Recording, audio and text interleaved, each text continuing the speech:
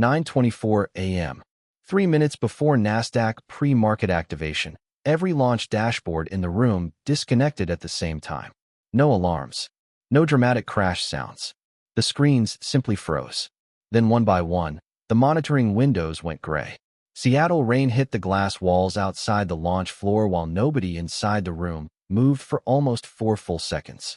That was the moment people understood something was seriously wrong. Not because systems fail. Systems fail all the time. The problem was simpler. Nobody understood the recovery sequence anymore. I was sitting in my apartment 12 miles away when my secondary infrastructure phone started vibrating across the kitchen counter. I stared at it without touching it. 3 missed calls already. 1 from infrastructure operations. 1 from legal. 1 from Victor Hale. That surprised me most. Victor never called engineers directly unless investors were already involved. I walked toward the window overlooking Interstate 5 while another vibration hit the counter. Outside, traffic crawled through wet morning fog. Inside the company's headquarters downtown, the launch war room was probably silent by now. That happens during real operational failures. Movies get it wrong. Nobody screams first. People stop talking. I already knew which systems had disconnected before answering a single call. The rollback coordination bridge. The regional synchronization monitor. The deployment dependency tracker. Those systems shared the same hidden escalation chain. A chain I designed myself 18 months earlier after 2 smaller infrastructure failures nearly delayed a healthcare rollout in Phoenix. Leadership approved the architecture, but they never fully understood it. Most executives do not understand survivability systems because successful prevention looks identical to unnecessary caution. That was the invisible map. Not code, not software. Institutional continuity. I finally picked up the 4th call. It was Darren Cho from Infrastructure Reliability. His breathing sounded uneven immediately. He told me launch synchronization visibility had collapsed across 3 regions simultaneously. Nobody could confirm whether the production environment still matched the rollback environment. That sentence mattered more than the outage itself, because mismatched rollback architecture can destroy recovery confidence inside large launches. And once confidence disappears, decision-making slows down. That is when systems become dangerous. I asked who was leading incident command. Silence. Then Darren answered quietly. Victor took over after legal joined the bridge. I closed my eyes for a second after hearing that. Operations executives hate uncertainty. But uncertainty becomes lethal when leadership mistakes visibility for control. Another pause. Then Darren asked the question I knew was coming. Did I still have my deployment architecture notes? Not ownership credentials. Not system access. The notes. That told me everything. The room downtown no longer understood the launch sequence well enough to stabilize it confidently. 7 days earlier, they removed me from launch authority inside a glass conference room on the 42nd floor. Now the system was beginning to expose what had actually disappeared with me. If you have ever watched a company quietly realize the wrong person just left, you already know what this story becomes. I asked Darren one final question before ending the call. Has anyone initiated rollback authorization yet? Another silence. Longer this time. Then he answered carefully. Nobody knows which rollback path is still safe. 7 days earlier, the rain had looked almost identical. Gray clouds over Seattle. Water streaking down the glass walls outside the 42nd floor conference room. Victor Hale scheduled the meeting for 9:25 a.m., 1 minute after Nasdaq pre-market opened. That detail stayed with me afterward. Executives like symbolic timing more than they admit. Natalie Brooks from Human Resources was already seated when I walked in. Yellow legal pad. Printed restructuring packet. Neutral expression. Nobody offered coffee. That usually tells you how the meeting will end.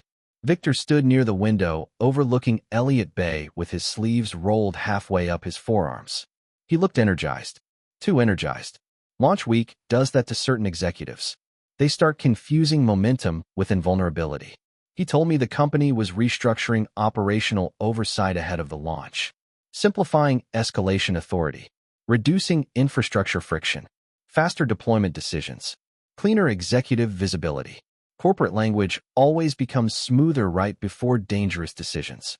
I listened without interrupting. That seemed to irritate him slightly. Victor expected resistance. He wanted the conversation to feel justified. Instead, it became procedural. Natalie slid the restructuring packet toward me while Victor explained I would transition into an advisory support role under a new launch leadership structure. Jason Reed from product would oversee final deployment coordination directly with operations. Not engineering. Operations. That mattered immediately, because operations teams optimize timelines. Infrastructure teams optimize survivability. Those goals only look compatible during stable conditions. Victor continued speaking about investor confidence and launch discipline. He said the company needed fewer technical bottlenecks during the final 7-day window. I understood what he actually meant. I had blocked 2 deployment acceleration requests earlier that month after discovering synchronization instability between the Phoenix recovery environment and the Oregon production cluster. Nobody outside infrastructure fully understood the risk, because the launch dashboards still looked stable. That was the problem with invisible work.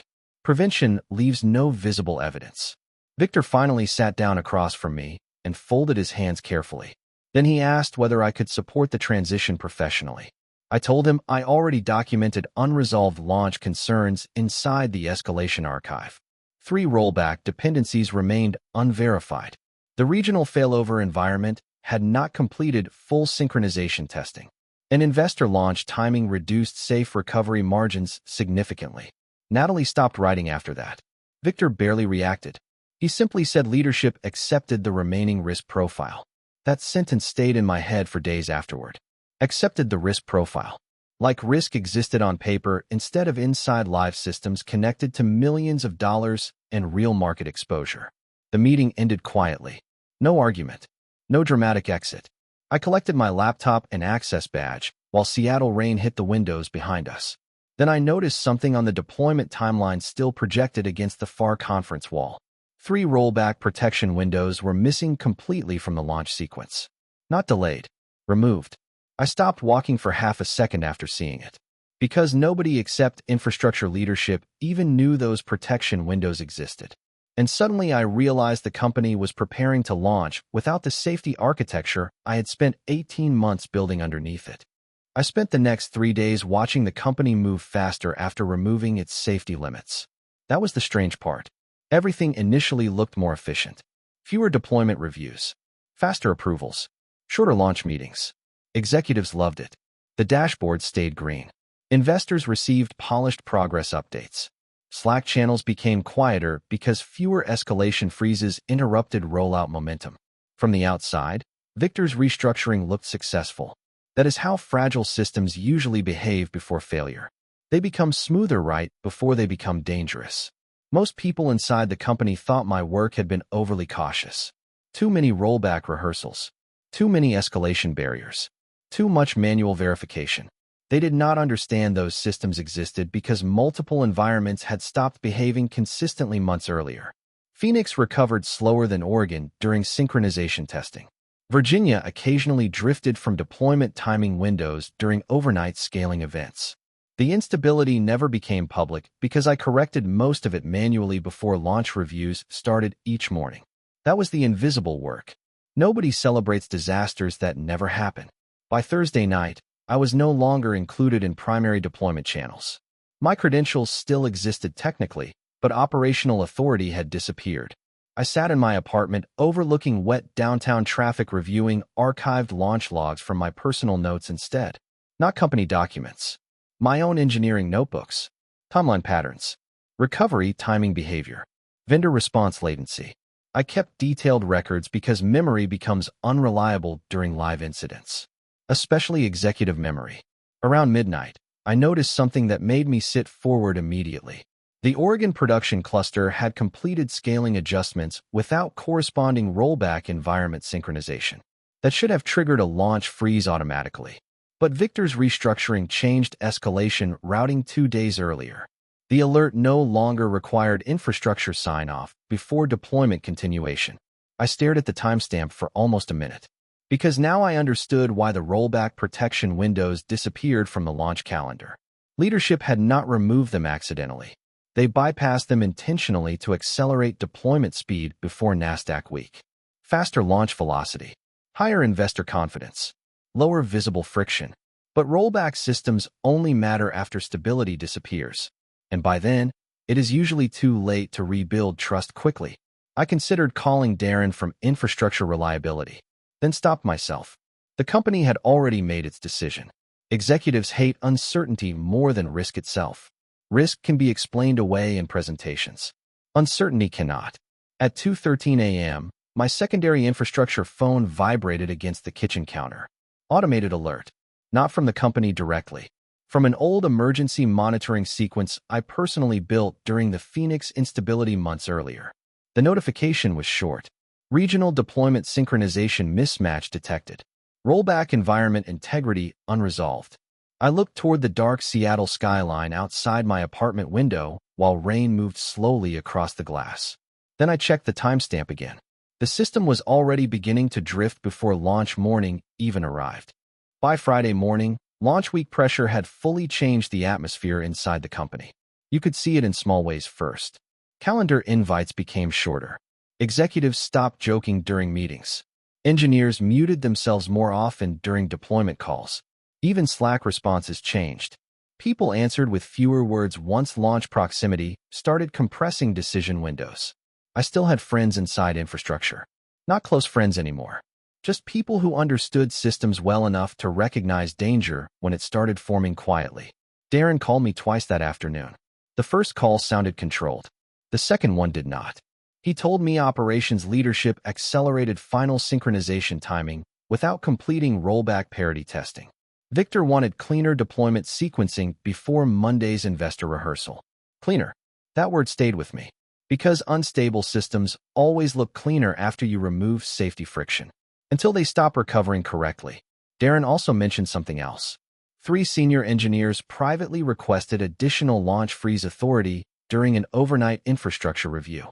Leadership denied it. Not aggressively. Procedurally. The requests simply disappeared inside revised escalation routing. That was the dangerous part about operational restructuring. You do not need malicious executives to create systemic risk. You only need enough people believing visibility equals control. Late Friday evening, I drove past the company tower downtown after dinner. The entire upper executive floor remained illuminated against the rain. Glass walls glowing above the city. Launch week always transforms corporate buildings into strange places. People stop living normally inside them. Time compresses. Everyone becomes emotionally dependent on momentum. That dependency blinds leadership faster than arrogance does. I sat in my car longer than I expected, mostly thinking about the invisible map. Not the technical systems. The human ones. The undocumented recovery habits. Which engineers trusted each other under pressure? Who escalated early versus who delayed bad news? Which vendor managers answered emergency calls personally at 2 a.m.? Those invisible relationships mattered more than dashboards ever revealed. Victor thought he removed infrastructure resistance from the launch process.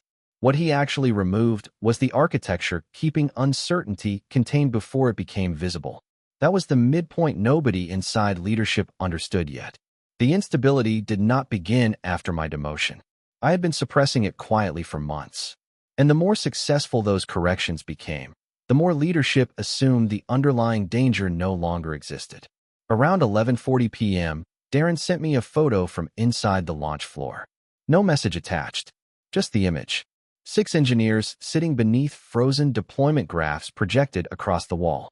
Cold pizza boxes untouched near the back conference table.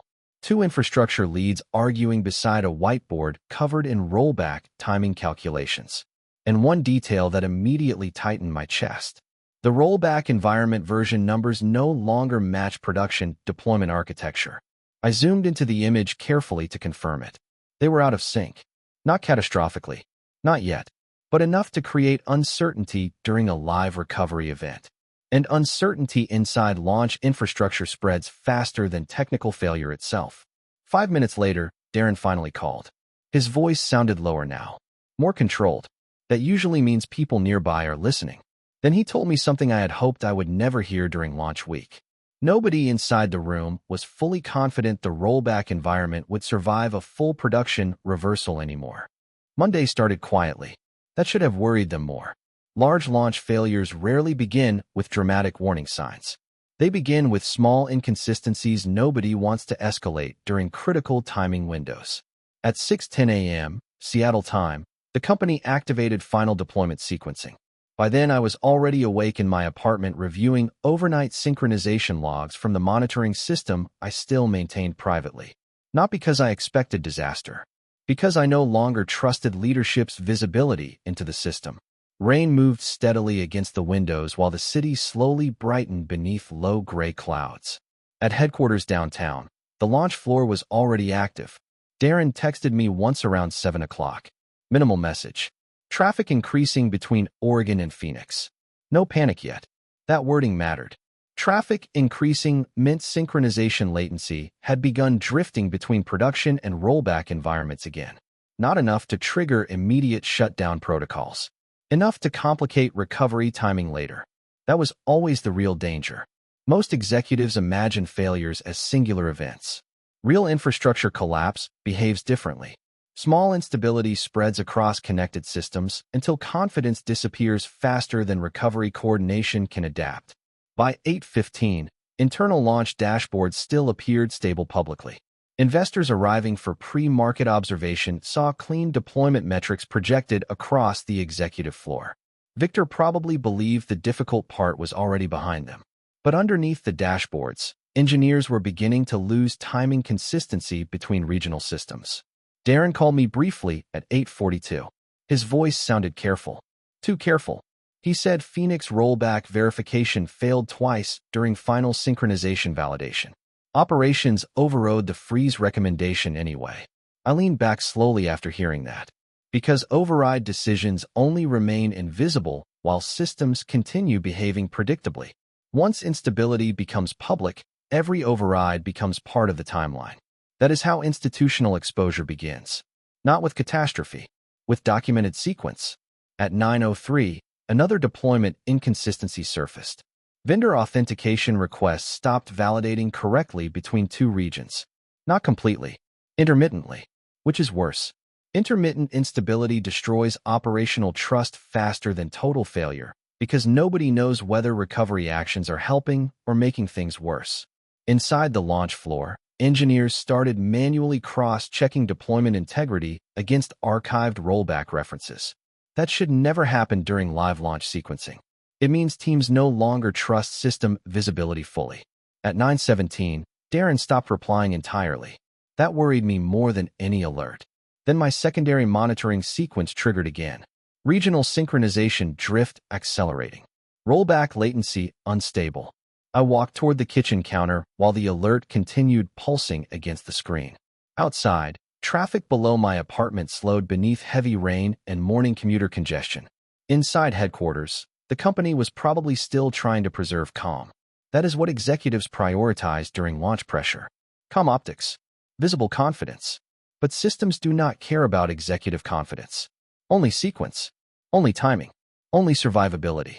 Then exactly at 9:24 a.m., every live launch dashboard inside the company disconnected simultaneously. The first thing that disappeared was visibility. Not the system itself. Visibility. Inside the launch floor, engineers suddenly lost synchronized monitoring across 3 regions at once. The dashboards still displayed fragments of live data, but nobody trusted the timing anymore. That distinction matters during infrastructure failures. Bad data becomes more dangerous than missing data. At 9:26, Darren finally called again. Background noise filled the line. Muted voices. Fast footsteps.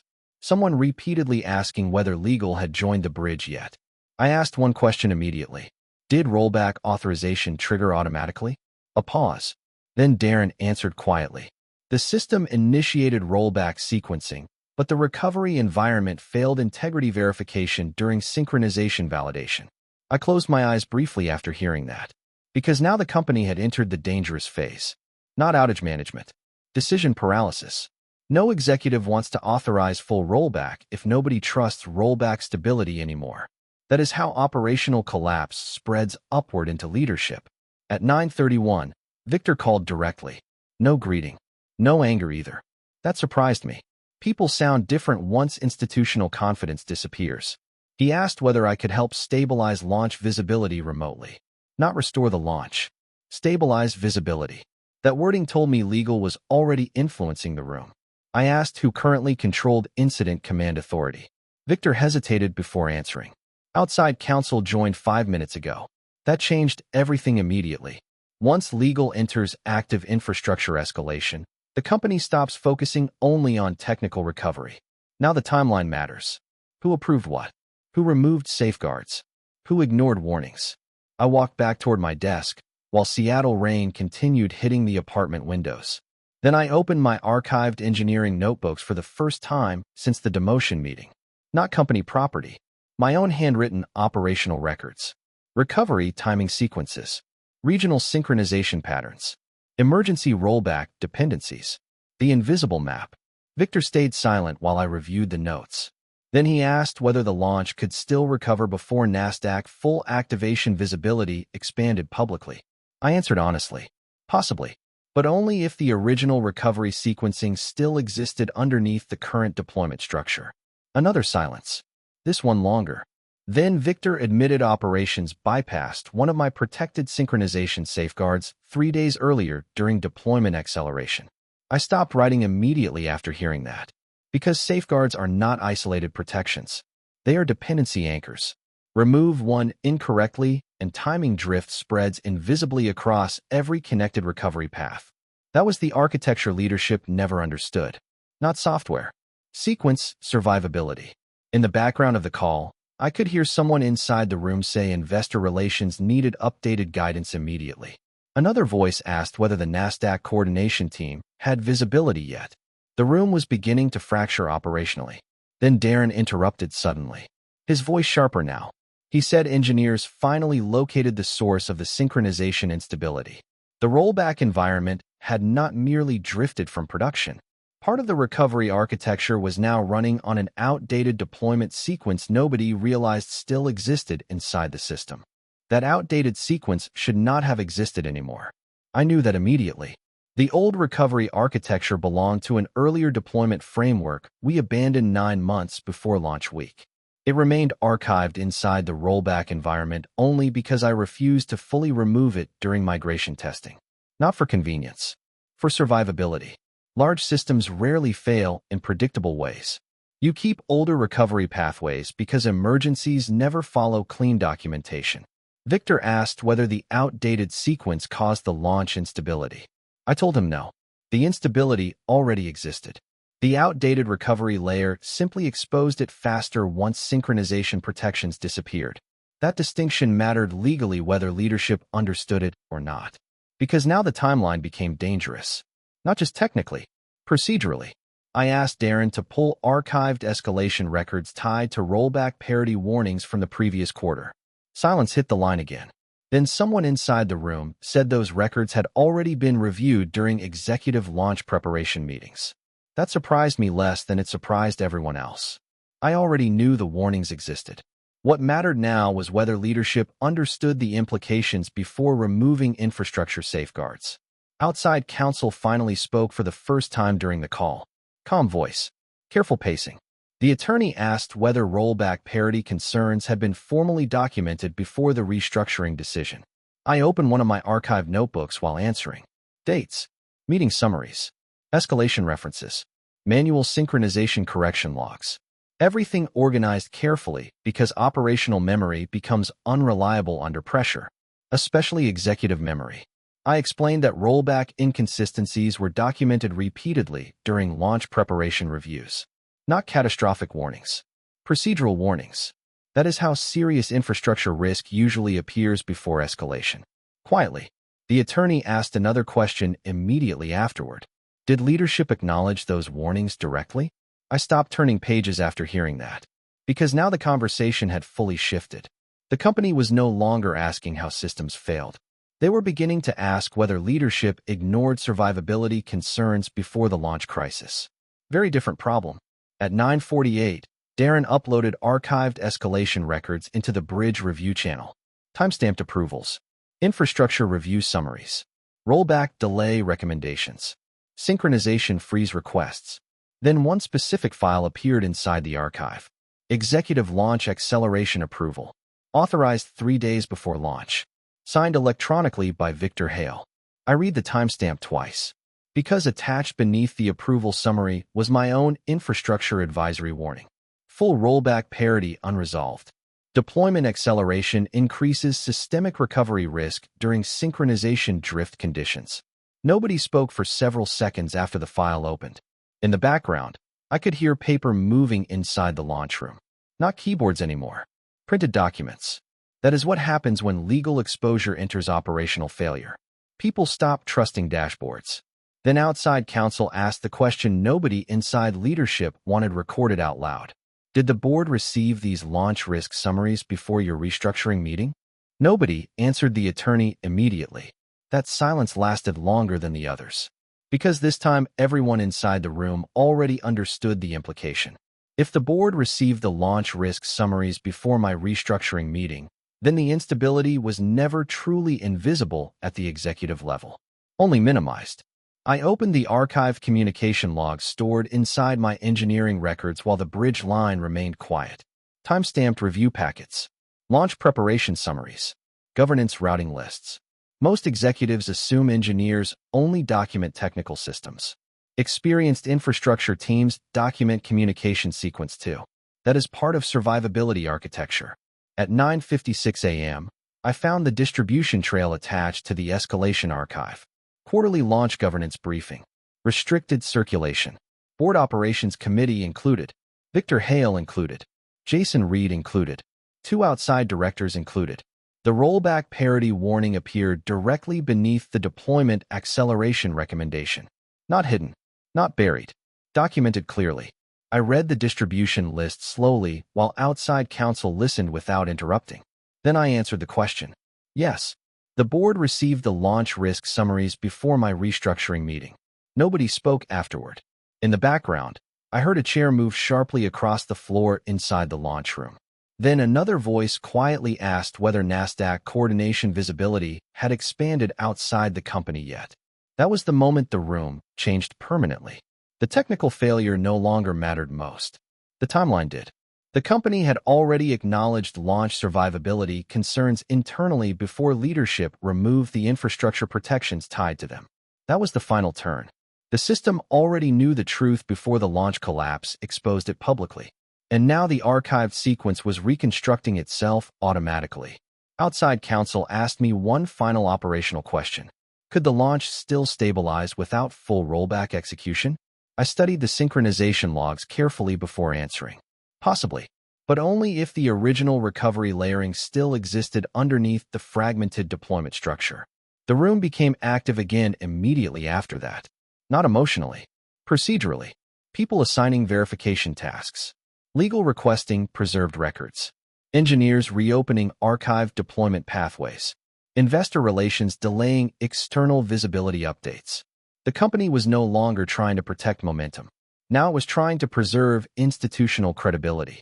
Around 10:11 a.m., Darren confirmed partial recovery synchronization between Oregon and Phoenix.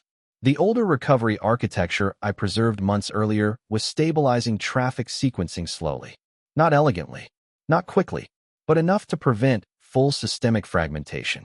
Victor finally spoke again after nearly 20 minutes of silence. His voice sounded different now, quieter, less certain. He asked why I kept the outdated recovery layer active if leadership approved removing it during migration cleanup.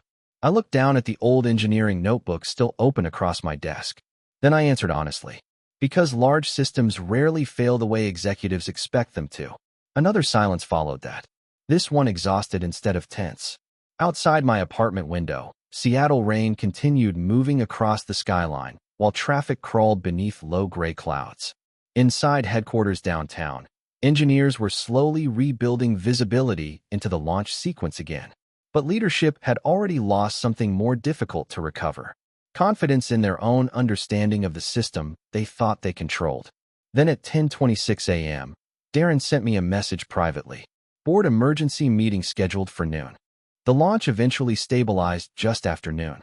Not cleanly, not elegantly, but enough to prevent public collapse before full market visibility expanded. Most people outside the company never understood how close the system came to fragmentation that morning. That is normal. Invisible work rarely becomes visible unless failure finishes the job completely. The board emergency meeting lasted nearly 4 hours. I was not invited directly.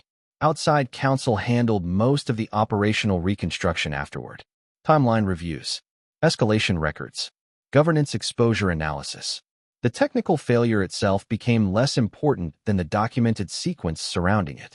Who approved acceleration? Who removed safeguards? Who acknowledged instability before restructuring infrastructure authority? That was where institutional pressure settled permanently. 3 weeks later, Victor Hale resigned quietly. No dramatic announcement.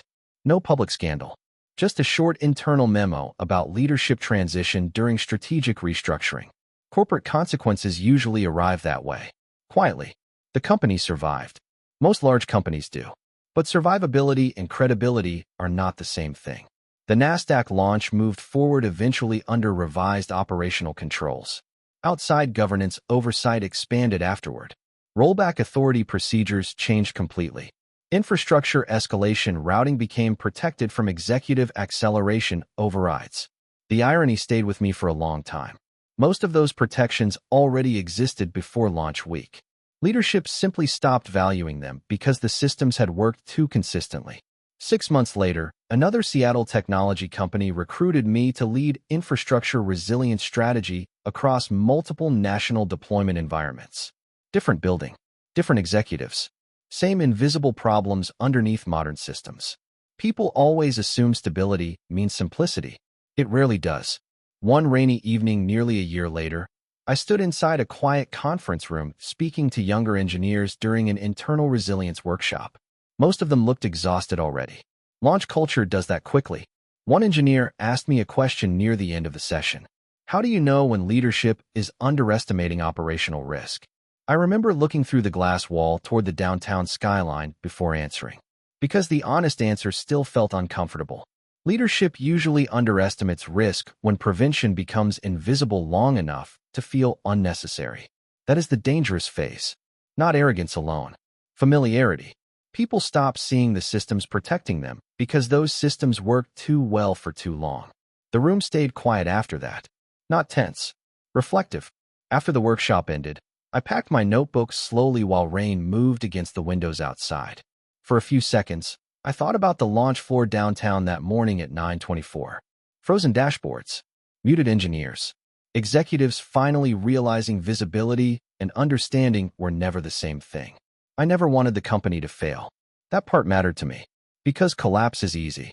Any reckless person can destroy something fragile.